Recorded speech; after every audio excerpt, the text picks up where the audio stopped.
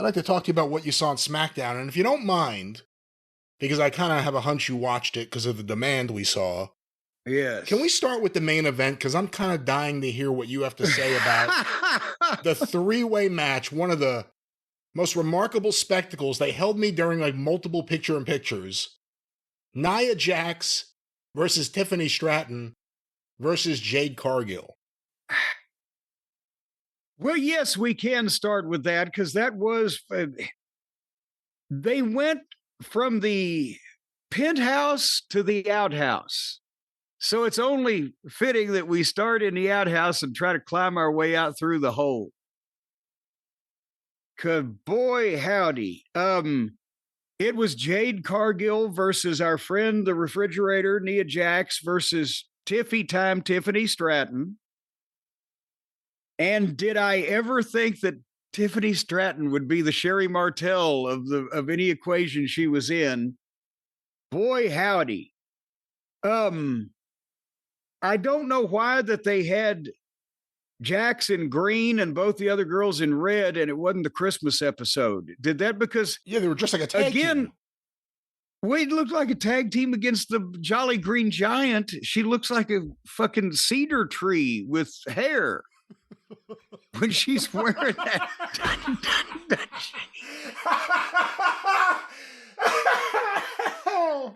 But see, Swamp Thing.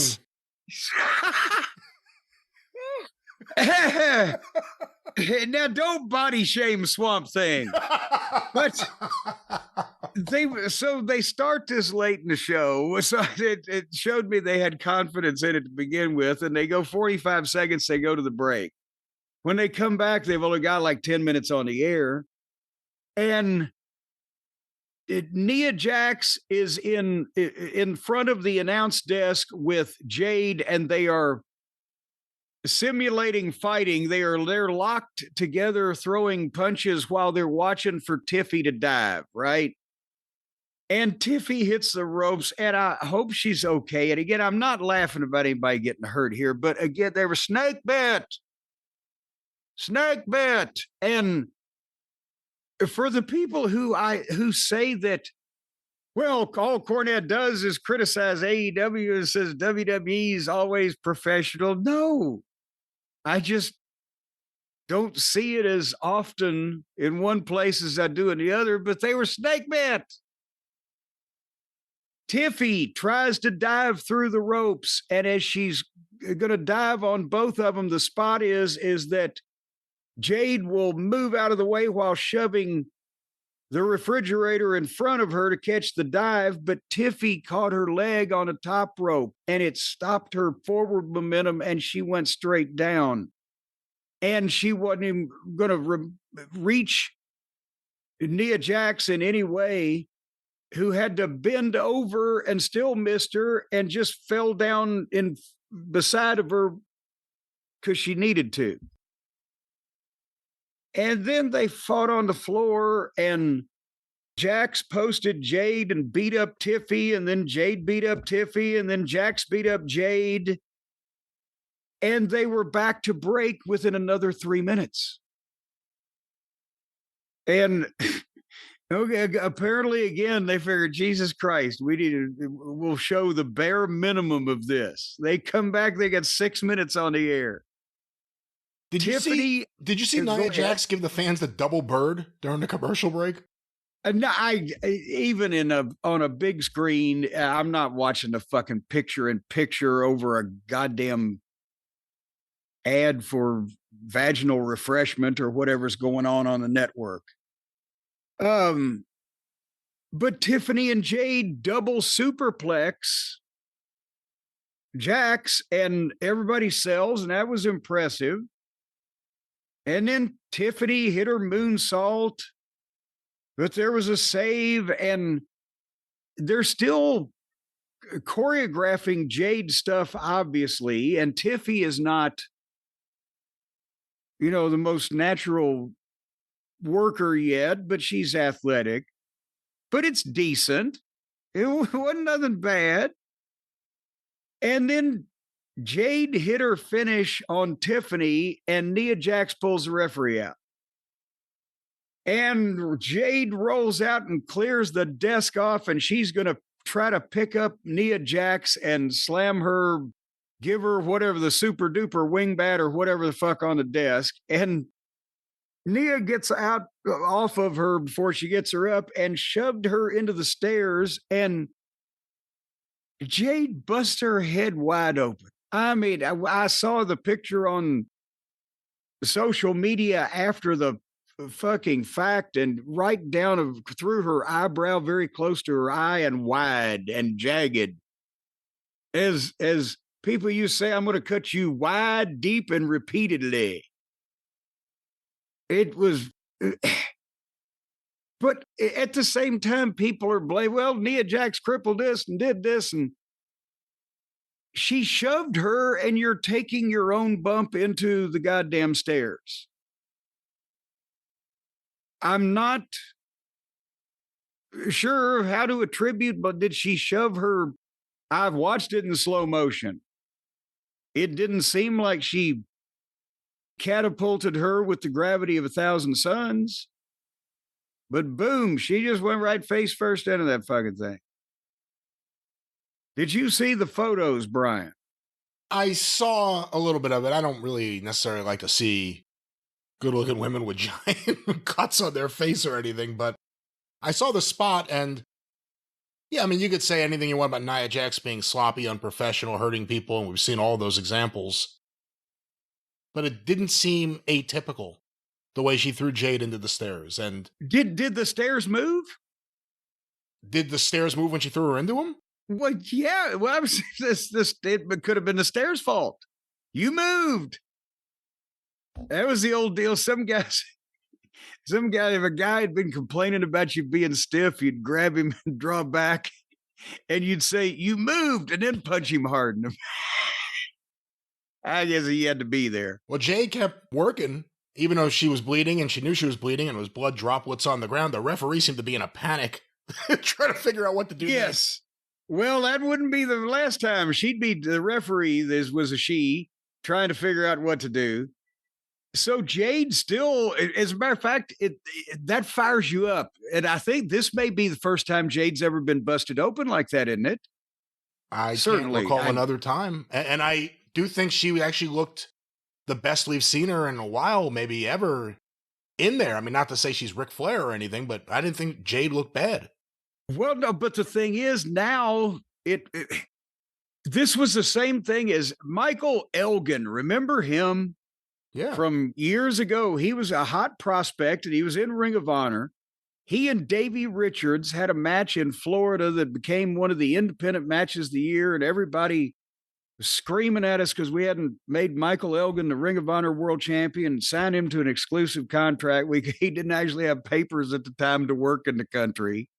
Another thing we were trying to get Sinclair to fucking cough up. But nevertheless, it was an average match until about 15 minutes in, and Davey Richards, I believe it was go to some kind of superplex or super move off the top rope, and he come within a goddamn pubic hair, as they say, of dropping Elgin off a top rope at a high rate of speed on his fucking head and almost landing on his head himself, and it woke them both up. Of nearly dying, and they proceeded to have like the 5 goddamnedest minutes of a wrestling match you've ever seen in your life. People lost their shit, and that's what made it a great match.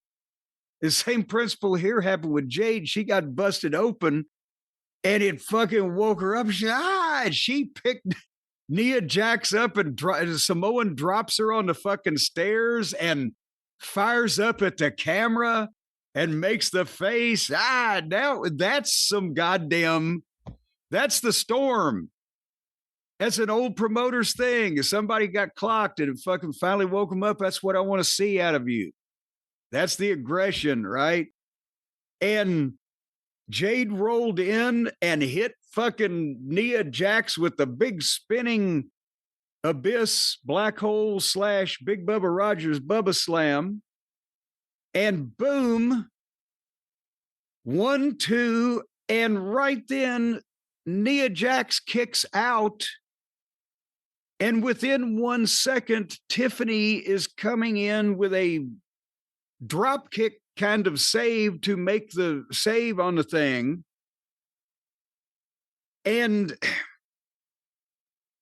I saw again that Jax was supposedly quoted as saying, well, I kicked out because Tiffany wasn't going to be there.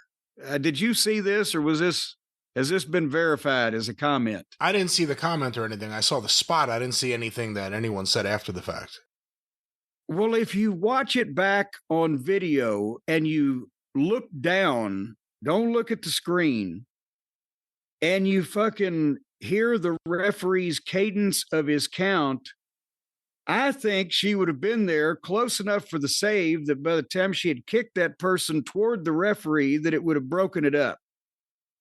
But apparently, the comment I saw somewhere was that Jax kicked out because she didn't think that Tiffany was going to be there. But then, after she's kicked out of the thing and Tiffany kind of kicks Jade out of the way, then Tiffany covered Jax, and she's flat as a fucking board on the ground. The referee counts 1, 2, and holds up without Nia Jax moving. Didn't kick out, didn't move a muscle, just held up the deal before she hit the ground on the 3 count. And then they looked at each other, and the people start rumbling as it goes into outright booing. You see Jax laying on her back, just calm, looking up, supposedly covered, but talking to the referee like I couldn't read the lips. I don't know what was going on there, but it's like, what the fuck? And the referee is obviously, I don't know what they were going for.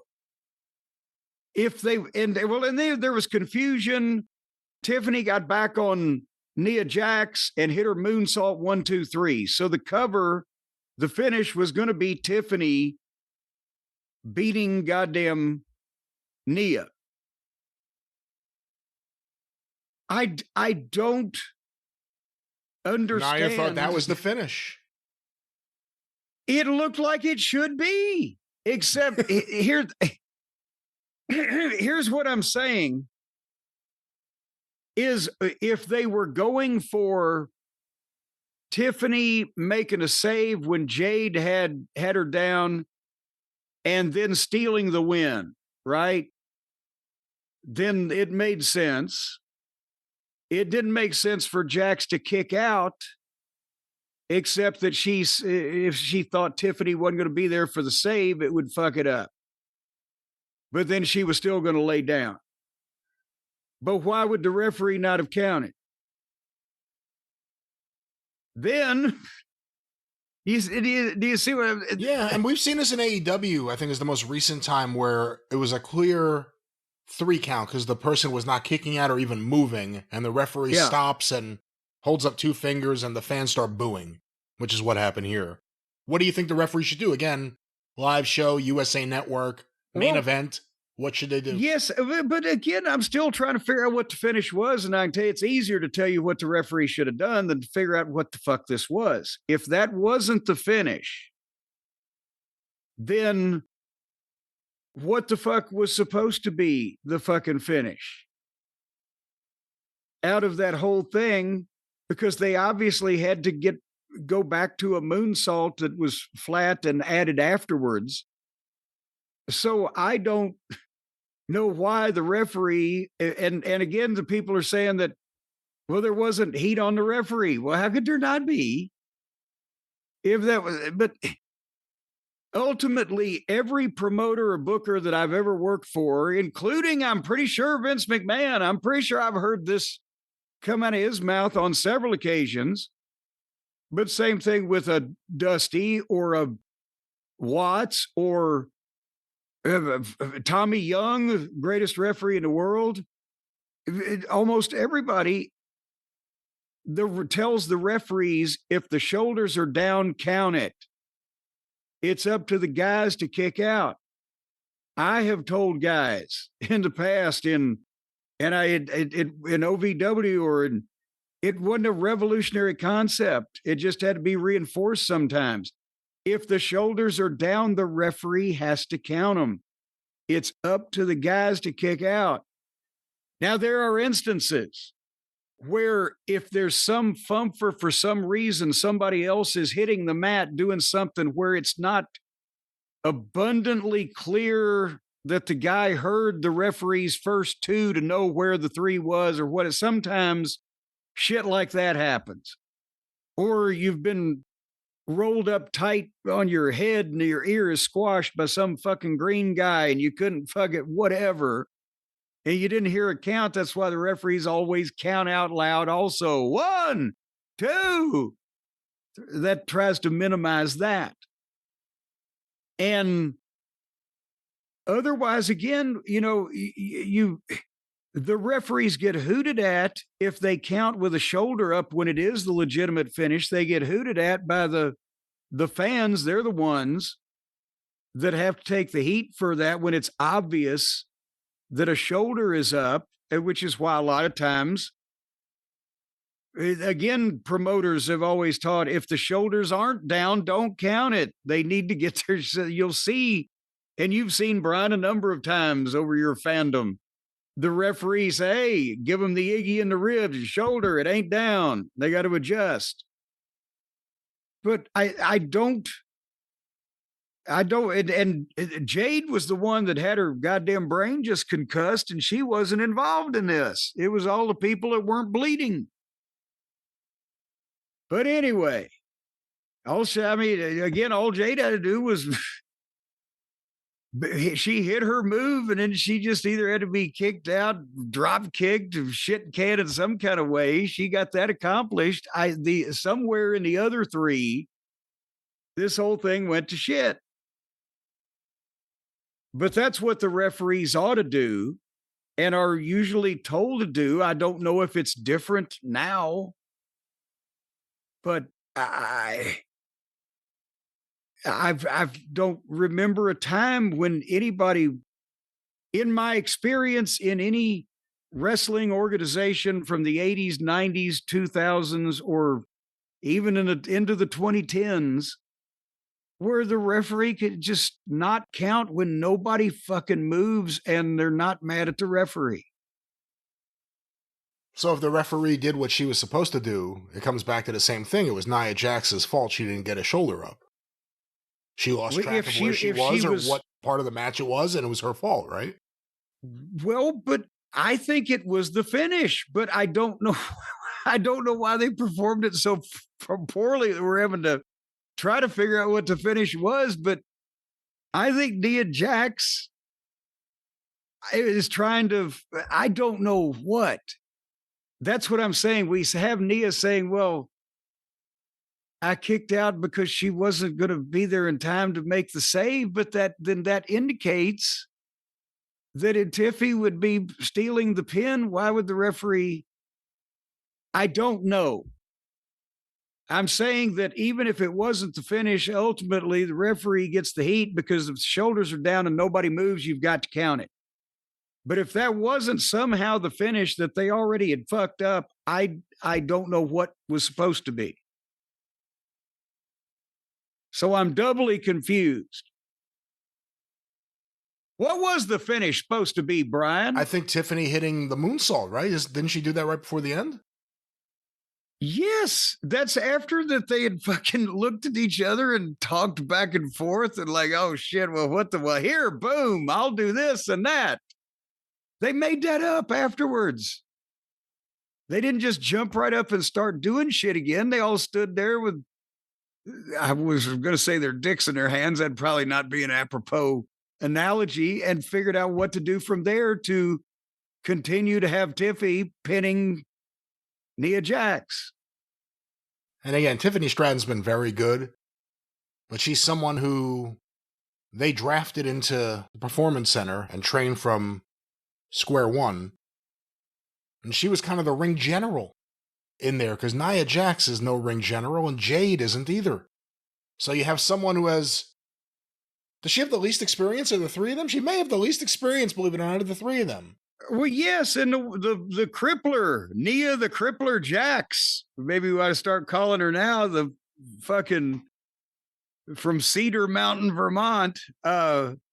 She's been in the business for these many years, and she's got quite a number of notches on her hospitalization belt. I mean, I don't know if you can even go by time anymore. You know, we're at a weird time in wrestling, AEW and WWE. Men are doing moves to women, and no one's complaining. It's happening. Could a wrestler get away with calling Nia Jax a cedar tree? That's the big question I would like to know. Well, I don't see, because cedar trees do perform a lot of wonderful functions. They provide oxygen into the atmosphere, and they keep you from having to all year round having to look at your neighbor if they grow up high enough. Well, I don't know if anyone would be high enough to consider that a classic, but it certainly was one of the more interesting matches of the week. Nia versus Jade versus, I wrote Jade twice, versus Tiffany. And then Stephanie, oh, Steffi V, baby, she came out to stare at Tiffany. And I swear to you, I swear, Brian, with my hand in the air, that I will watch Tiffy versus Steffi without fail, no matter where it is or when it has, what type of streaming it's going to take place. It's going to be Crown Jewel. I guess it'll be ESPN's app. And I think because it's in Australia this year, not Saudi Arabia, it starts at 8 o'clock in the morning. Oh, well, good. Good. I can get up and take my morning Russo and sit down with a nice Sprite Zero and start my day in a fucking brand new way. 8 o'clock in the fucking morning. That's right. Breakfast with WWE in Australia. But hopefully that will be good. Stephanie McCurr is a very talented wrestler. And when they were staring at each other, she was probably thinking, what was the finish?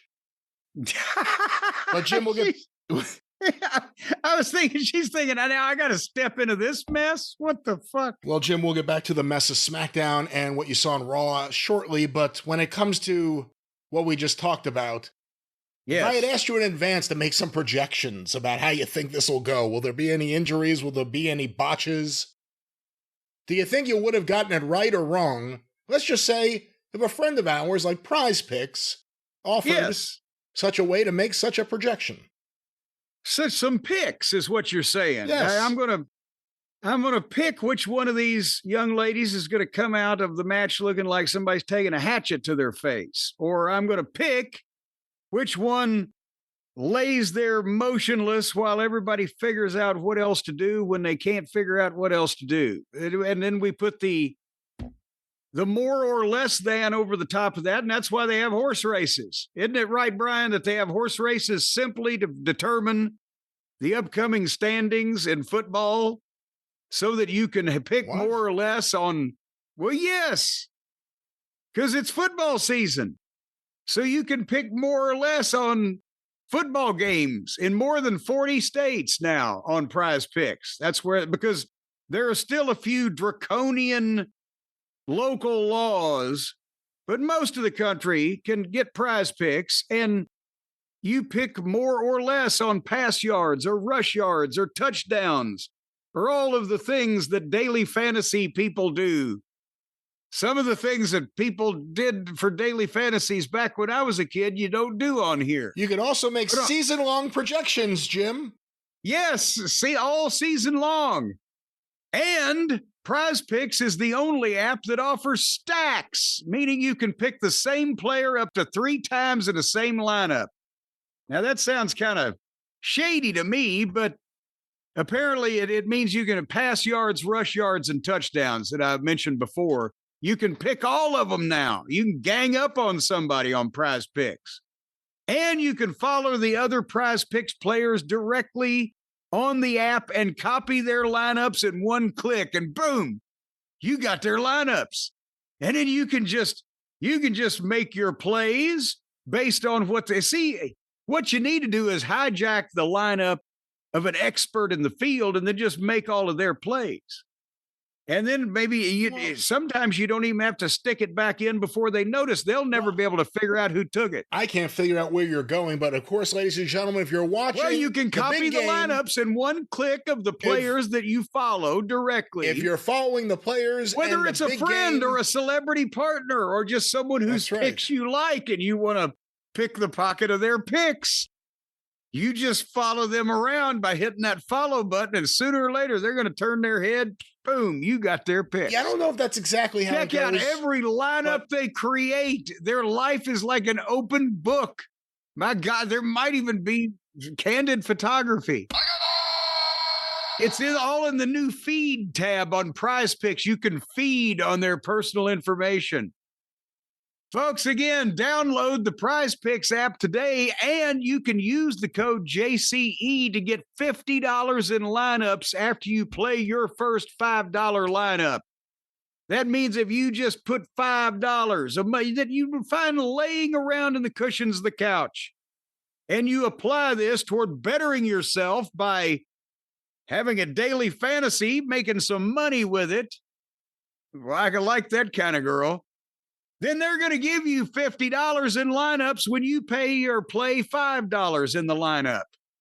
And giving away money like that, I'm surprised they're not in a lineup. But they'd wear their hats. You wouldn't be able to recognize them. I don't know what you're talking about. It's all on the up and up, folks. And of course, you could be on the up and up with the right projections, picking the right players and the right stats and all the other jazz. Whoa, you hear that, Jim? Oh, I know what that means. That means you're going to get $50 in lineups after you play your first $5 lineup with the code JCE at Prize Picks, where it's good to be right.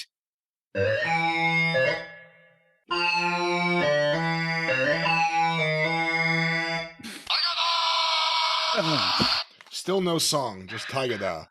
Yeah. Jim, we have to return now to SmackDown. The prize and the picks, it's all over. It's back to SmackDown. What else did you see worth reviewing? Well, we started at the end, so let's go back to the beginning, because we got something, at least this week, out of our talking, or one of our talking segments, but at least something came off well, because when you've got Paul Heyman in the ring and you got Cody Rhodes in the ring, I won't say it's magic, but it's better than fucking watching two other people stand there and jabber at each other.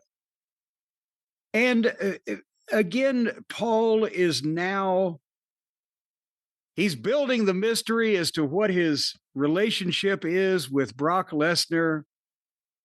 And, wouldn't you like to know? And people would like to know. And so did Cody, right? But Paul comes out, he gets his guys over.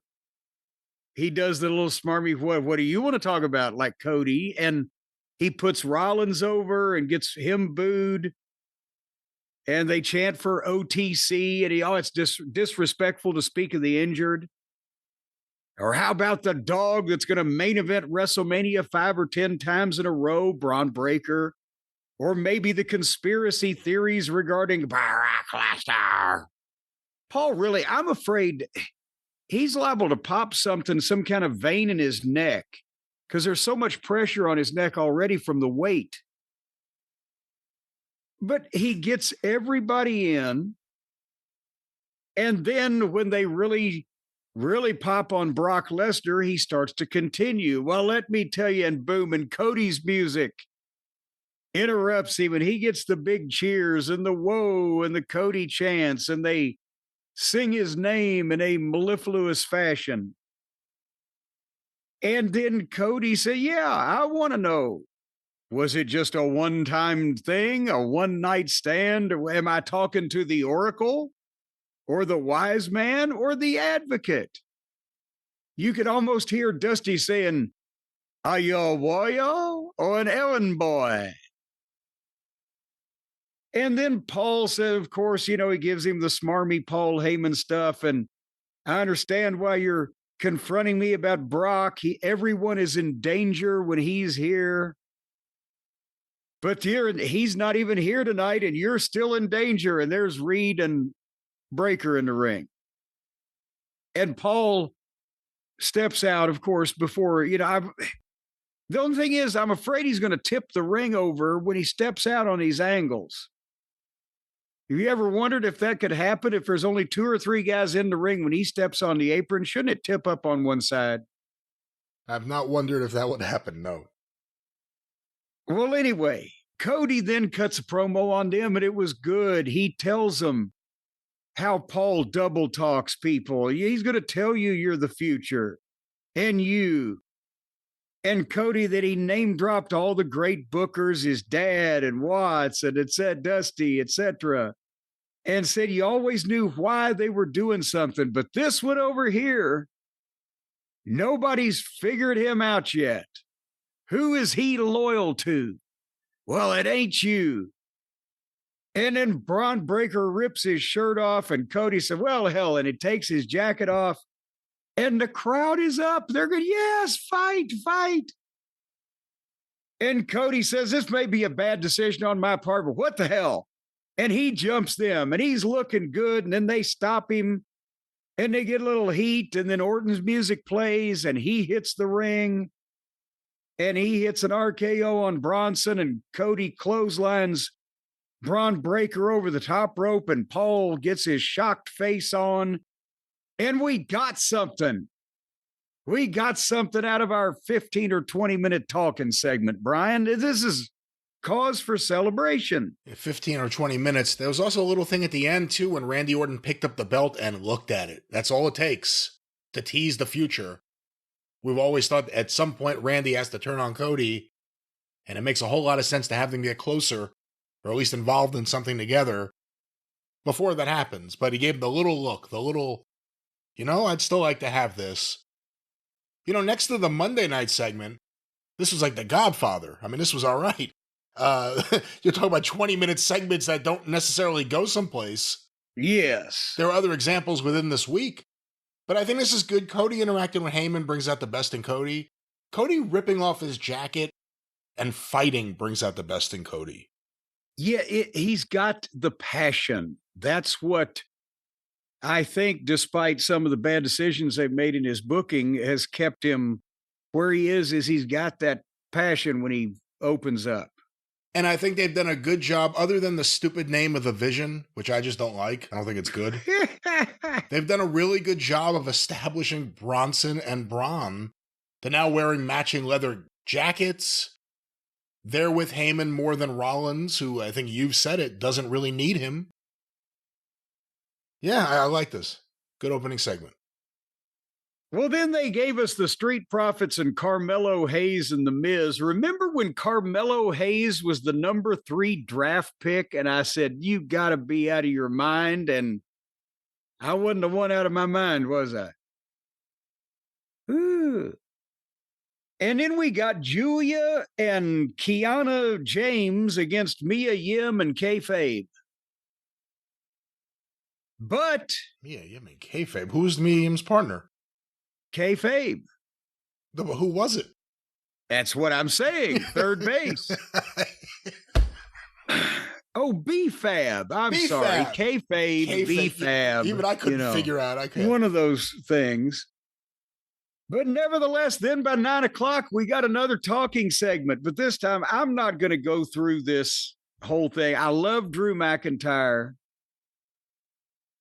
He does a great, he's the modern day Bret Hart. He complains about everything. So because that was when Bret's promos got to the next level in 97, when he actually had legitimate shit to complain about, whether it's complaining about Michaels or complaining about getting screwed or complaining about the United States treating people in Canada, whatever the fuck.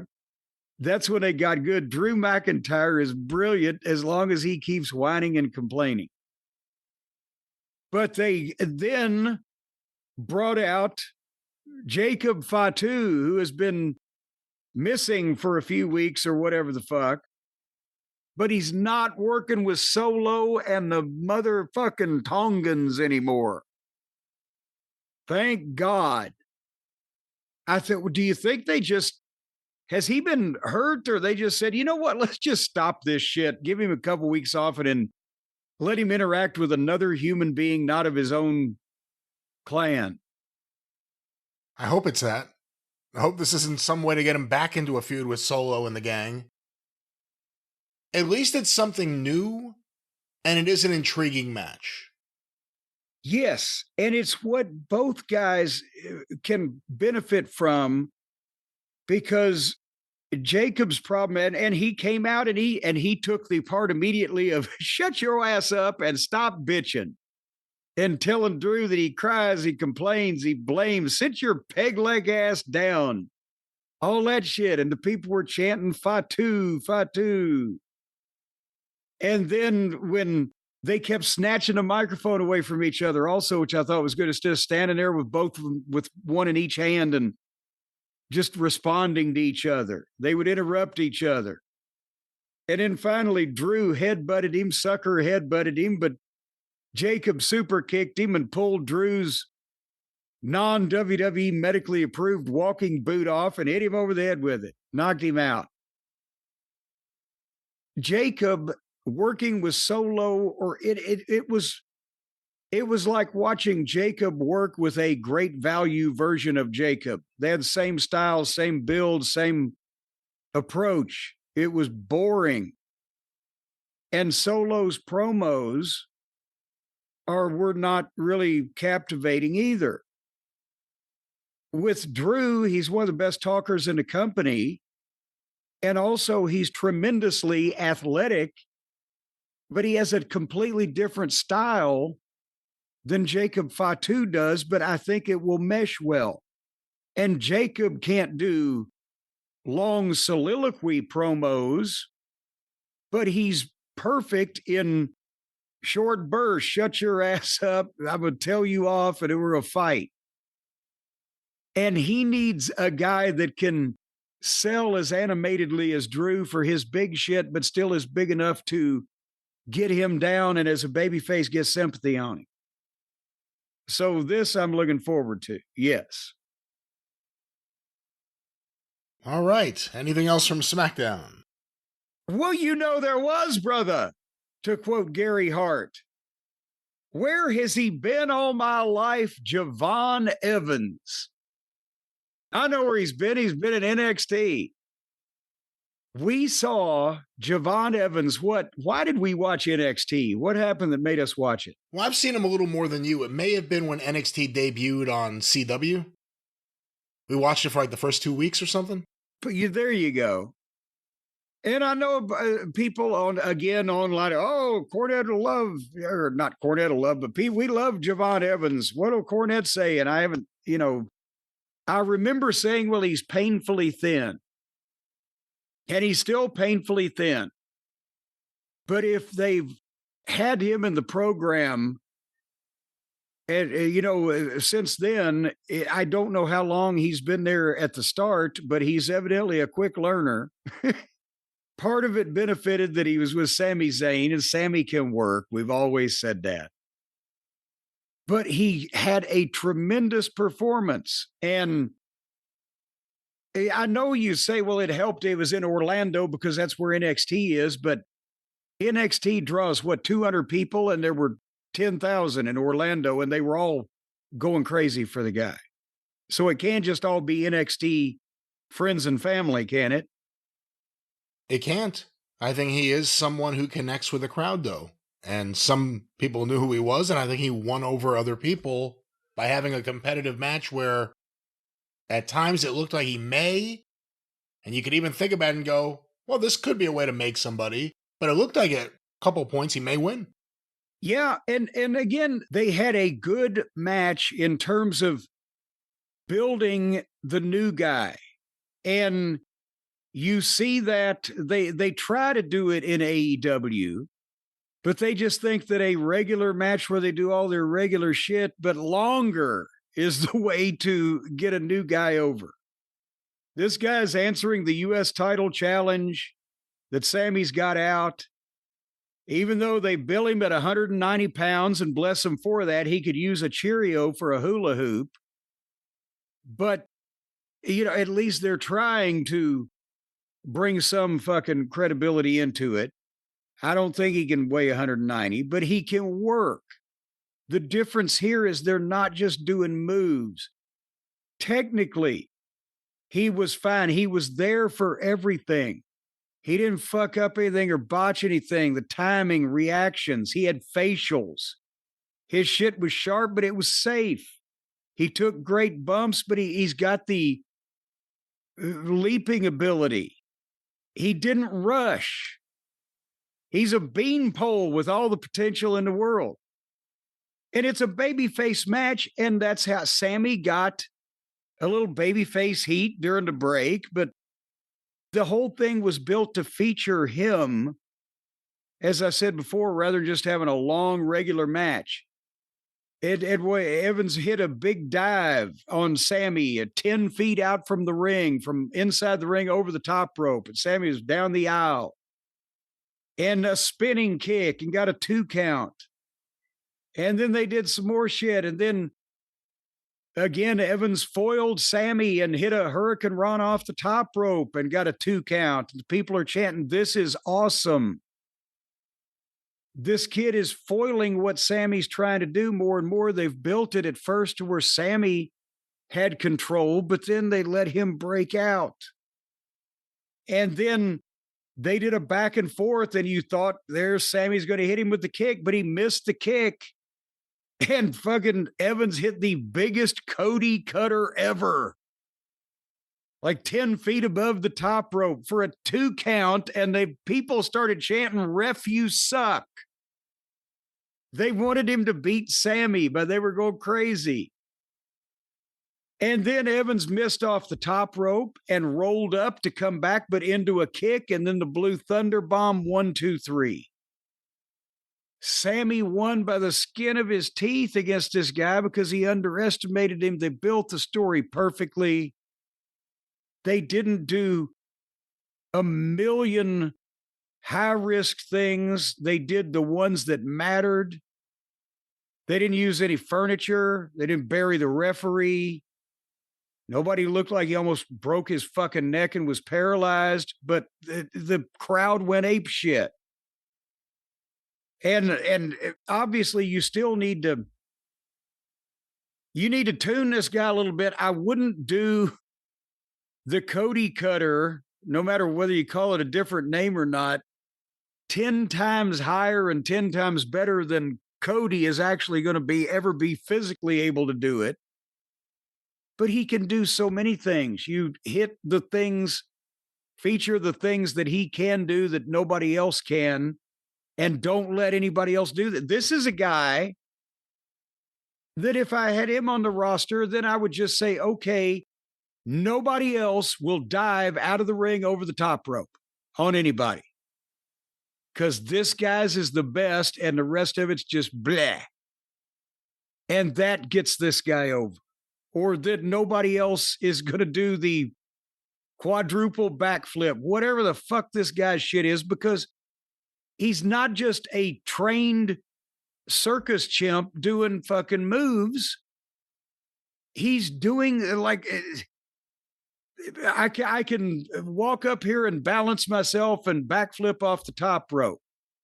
But the other guy's got a weight on me, and it doesn't look like I'm mad about anything. I've got a blank look on my face. I'm executing shit that I've memorized. There's none of that. He's got oomph to him.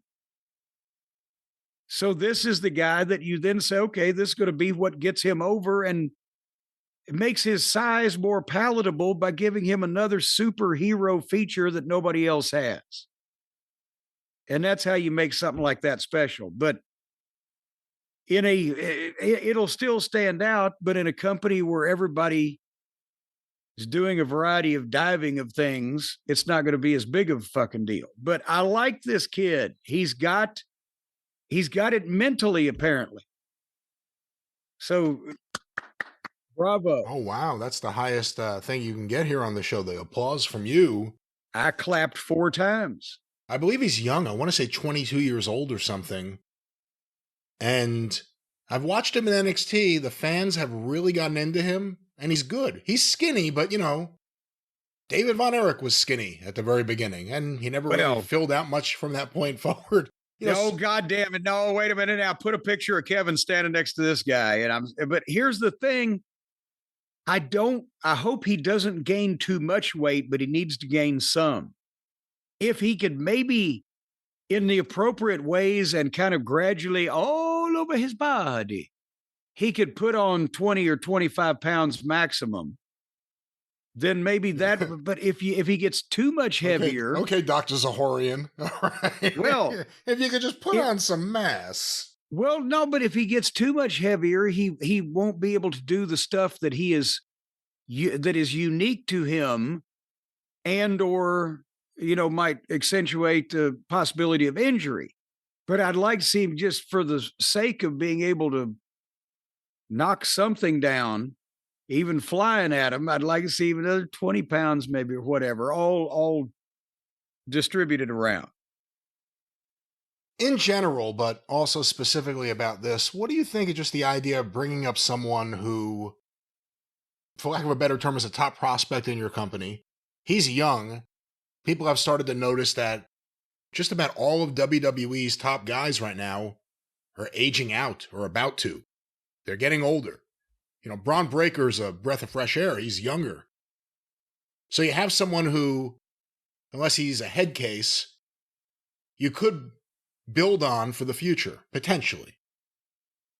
What's the benefit of, I guess the question's about just the idea you bring people up now and you beat them. Sure, they have long competitive matches, and this isn't the first time we've seen this with someone. They have a long competitive match, but they lose. Again, we don't know what the plans are for him, if it's to go back down or to stay up here, but what do you think of him losing versus him winning in a situation like this? Especially with the fans reacting the way they did. Yeah, and see, that's why they are a little bit smarter over here and do things a little bit better so the people take them appropriately. This was a babyface match. The people like Sammy, but they got behind the underdog. It gives a different, and then Sammy builds the whole match to feature the guy's big moves and to create the doubt where it looks like he's going to win, it looks like he's going to win. He doesn't even need the win at that point, because especially then, well, he needs to be the U.S. champion from now on. But that's the kind of example of coming that close and just coming up short helps a guy. It wasn't that they brought this young babyface in, had him work with a heel, and after 25 or 30 minutes, the heel just beat him, and then you don't see him again. This is a way to show the guy's talent, but he's going to still not just debut at the number 3 draft pick at the top of the charts, but I would assume we'll be seeing more of him.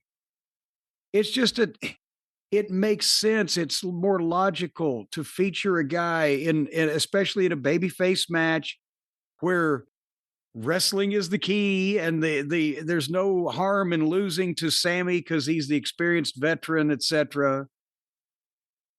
But you can't. That's you can build around Javon for the future because he's 22 years old.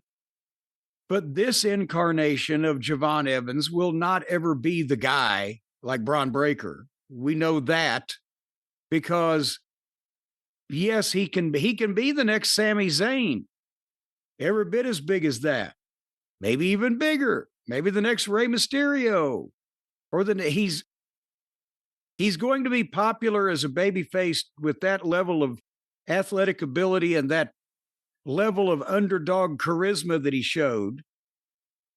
But at the same time, who's not to say that a 32-year-old Javon Evans, who may or may not have hurt his knees by then, might have slowed down and stayed a little bit more on the ground and put another 30 pounds on and is really jacked up and becomes the next goddamn, Shawn Michaels or Bret Hart. Right now, we don't know because he is so young. But he's already, to me, ready for a upper mid-card position as a really exciting underdog babyface that can hang out around there for a couple of years and get better. And then we see what happens to him. But he's got all the time in the world. Well, again, high compliments from you, and maybe at some point in the next few weeks we should revisit NXT, see who's currently down there on the farm. God damn it. See who's down on the farm and, just see what the future could be. Every time that I say something nice about somebody, it comes back to bite me in the ass. I'll make this easy for you. I will say that you should not watch any of the women's segments, only the men's segments of NXT. We'll discuss that during the next show conference with the Arcadian Vanguard board. Was that the end of SmackDown? It was, as far as I was concerned. Yeah, we talked about the main event fiasco, the main event massacre. Blood was spilled. We talked about that at the start.